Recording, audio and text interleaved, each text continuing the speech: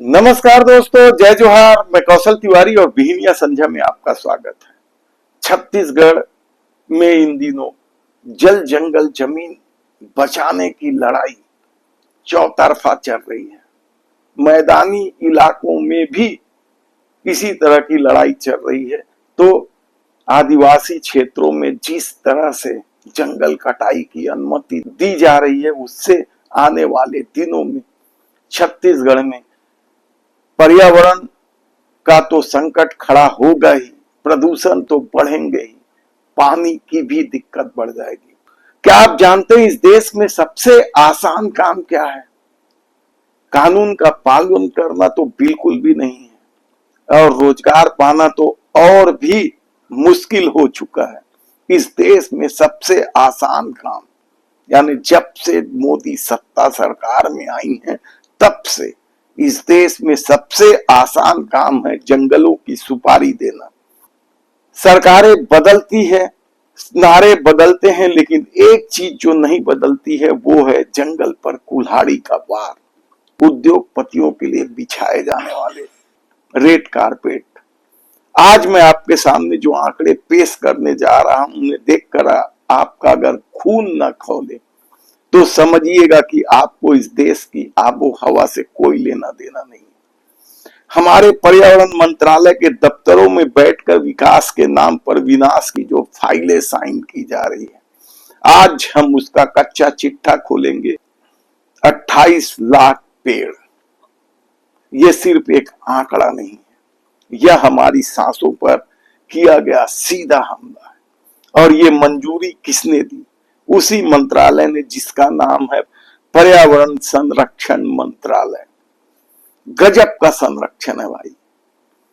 आज की इस वीडियो में हम बात करेंगे कि कैसे पिछले कुछ सालों में पर्यावरण के नाम पर सिर्फ खोखले भाषण दिए गए और जमीन पर जंगलों को कौड़ियों के भाव माइनिंग कंपनियों को सौंप दिया गया। वीडियो को आखिरी तक देखिएगा, क्योंकि जो आंकड़े आने वाले हैं वो आपको हिलाकर रख देंगे।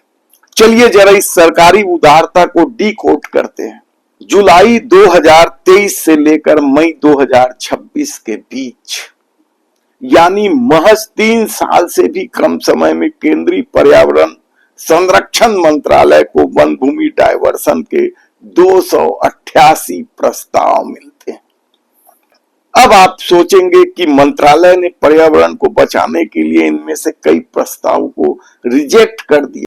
यही तो आप धोखा खा रहे हैं।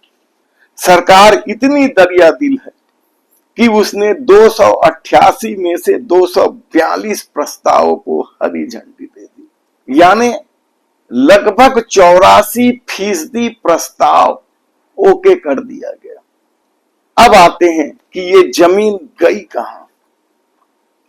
रिपोर्ट साफ कहती है खनन परियोजनाओं के तहत सबसे ज्यादा पेड़ काटने की मंजूरी दी गई, यानी कोयला लोहा कारपोरेट का मुनाफा ज्यादा जरूरी है, आदिवासियों का जल जंगल जमीन और आपकी हमारी सांसों का कोई मतलब नहीं। वाह रे सरकार। एक तरफ मंच से कहा जाता है कि पेड़ लगाओ, एक पेड़ मां के नाम। मोदी के इस आह्वान पर तो ऐसे लोगों ने एक पेड़ मां के नाम लगाना शुरू कर दिया कि पूरा भारत में ही जंगल उगाएंगे। और दूसरी तरफ बंद कमरों में बैठकर 28 लाख पेड़ों की काटने का डेथ वारंट पर साइन कर दिया गया।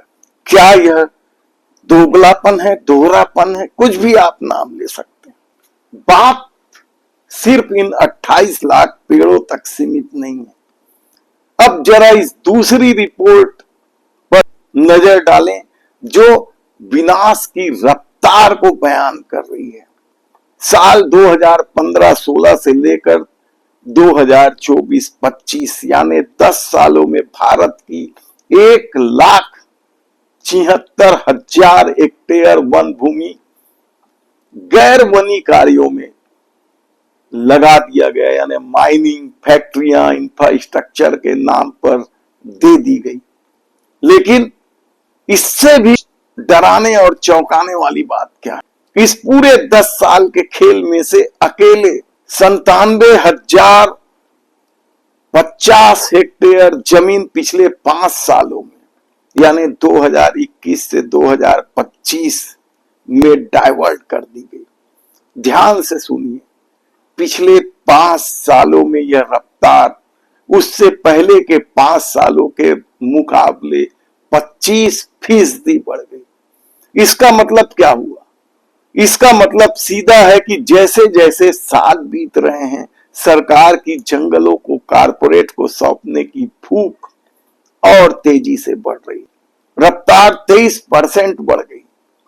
ग्लोबल वार्मिंग पर लंबी चौड़ी बातें ग्लोबल मंचों पर होगी, लेकिन जब देश के जंगलों को बचाने की बात आएगी तो माइनिंग की फाइलों पर एक्सप्रेस स्पीड से हस्ताक्षर हो जाएंगे। ऐसे में आप किसी भी से सरकार में बैठे लोगों से सवाल पूछ लेंगे तो उनका एक ही घिसा पीटा जवाब होता है, हम इसके बदले में दूसरी जगह पेड़ लगाएंगे, हम कैंपा फंड में पैसा दे रहे हैं। क्या गजब का जवाब है। आप खुद सोचिए, कोई पेड़ लगाकर जंगलों के कटाई की भरपाई की जा सकती है? क्या हसदेव के जंगलों या मध्य भारत के घने जंगलों में जो सैकड़ों साल पुराने पेड़, पूरा एक इकोसिस्टम, वन्य जीवों का घर नष्ट किया जाता है, उसकी भरपाई आप किसी दूसरी जगह पेड़ लगाकर कर सकते हैं? जिसमें से अधिकांश जगह तो कागजों पर पेड़ लगा दिए जाते हैं। जंगलों को काटना सिर्फ पेड़ काटना नहीं, वहां की जैव विविधता को हमेशा के लिए दफन कर देना होता है।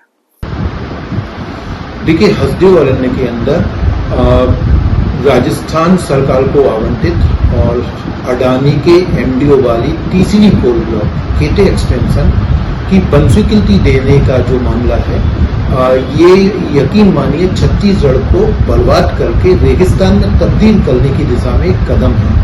पहले से ही हसदेव में अडानी की जो 2 खदानें हैं राजस्थान के नाम, लेकिन अडानी चला रहा है, लगभग 10,500 एकड़ जंगल जमीन का विनाश हो चुका है, जिसमें 6 लाख के आसपास पेड़ काटे जा चुके हैं। ये वही हसदेव अरण्य जंगल है जिसे 2009 में खनन से मुक्त रखने का निर्णय केंद्र सरकार ने किया था। ये वही हसदेव जंगल है जिसकी जैव विविधता का अध्ययन करते हुए भारतीय वन्यजीव संस्थान ने कहा है कि हसदेव में यदि खनन की अनुमति दी गई तो मिनी माता हसदेव बांगो बांध और हसदेव नदी का अस्तित्व जो है वो संकट में आ जाएगा और मानव हाथी संघर्ष इतना व्यापक हो जाएगा कि भविष्य में संभाला नहीं जा सकता। और इसी मानव हाथी संघर्ष को कम करने के लिए, हाथियों के प्राकृतिक रहवास को बचाने के लिए, उनके आवाजाही के कॉरिडोर को बचाने के लिए हाथी रिजर्व बनाया गया है 2000 वर्ग किलोमीटर का। आखिर यह अंधाधुंध माइनिंग किसके फायदे के लिए है, जो नियमों को इतना लचीला बना दिया गया है कि कंपनियों को अप्रूवल मिलने में कोई दिक्कत ही ना हो? क्या पर्यावरण मंत्रालय का काम उद्योगों को एनवायरमेंट क्लियरेंस बांटने वाली सिंगल विंडो एजेंसी बनाकर रख दिया गया है? छत्तीसगढ़ के ही शहर के नाम ले लीजिए, देश भर में तो दुनिया के शहरों में से 100 से ज्यादा शहर पारा 40 से पार करता है। छत्तीसगढ़ में भी यही स्थिति बन गई है। छत्तीसगढ़ के अमूमन सभी शहरों में पारा 40 से पार तो हो ही रहा है। सांस लेना जब दुभर हो जाता है तब हम चिल्लाते हैं कि गर्मी बहुत है, लेकिन हम यह भूल जाते हैं कि जब देश की संसद और मंत्रालयों में जंगलों की सुपारी दी जाती है तब हम खामोश क्यों हो जाते हैं? ये आंकड़े गवाह है कि हम विकास के नाम पर विनाश के एक्सप्रेस वे पर दौड़ रहे हैं। अगर आज भी हमने इस कारपोरेट ब्यूरोक्रेसी के गठजोड़ के खिलाफ आवाज नहीं उठाई तो आने वाली पीढ़ियां हमें कभी माफ नहीं करेगी। आप इस पूरी रिपोर्ट पर क्या सोचते हैं? क्या माइनिंग के लिए इस रफ्तार से जंगलों को काटना सही है? कमेंट बॉक्स में अपनी राय जरूर लिखिए। वीडियो को दबाकर शेयर कीजिए ताकि यह आंकड़े उन लोगों तक भी पहुंचे जो सोए हुए हैं। चैनल को सब्सक्राइब कीजिए और बेल आइकन का बटन दबा दीजिए। धन्यवाद।